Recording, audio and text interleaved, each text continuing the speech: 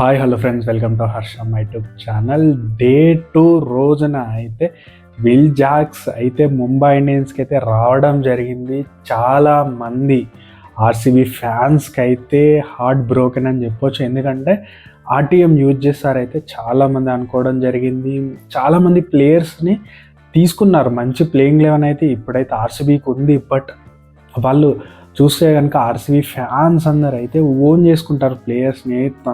వాళ్ళ ఇంటి పర్సన్గా ఓన్ చేసుకోవడం జరుగుతుంది. ఎవరు వచ్చినా ఆర్సీబీ కారణం వాళ్ళనైతే మంచిగా వెల్కమ్ చేసుకుంటారు, హార్ట్ఫుల్గా వాళ్ళని లవ్ చేస్తారు. కాబట్టి ఇక్కడ ఆర్సీబీ ఫ్యాన్స్కి చాలా హార్ట్ బ్రేక్ అయిందని చెప్పుకోవచ్చు. ఎందుకంటే విల్ జాక్స్ కోసం వెళ్తారని చాలామంది ఫ్యాన్స్ అయితే అనుకోవడం జరిగింది. ఫస్ట్ డే రోజున కేఎల్ రాహుల్ గురించి కూడా వాళ్ళు అనుకున్నంత ఎక్స్పెక్ట్ చేసినంత వెళ్ళలేదు.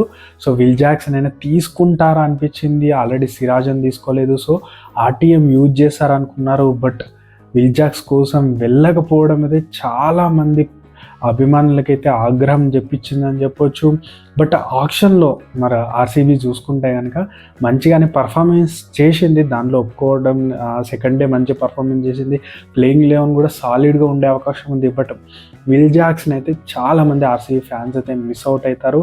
ఎంఐకి వెళ్ళడం జరిగింది. సో ఎంఐ ఓనర్ కూడా మనం చూసుకుంటే కనుక ఆకాష్ వచ్చేసి, అంబానీ వచ్చేసి తనకు థ్యాంక్స్ కూడా చెప్పడం జరిగింది. మనకు అదే ఆక్షన్ టైంలోనే వచ్చేసి తనైతే షేక్ హ్యాండ్ ఇచ్చడం జరిగింది. చూస్తే కనుక మనకు తెలుస్తుంది విల్ జాక్స్ ఎంత ఇంపార్టెంట్ ఎంఐ కానీ.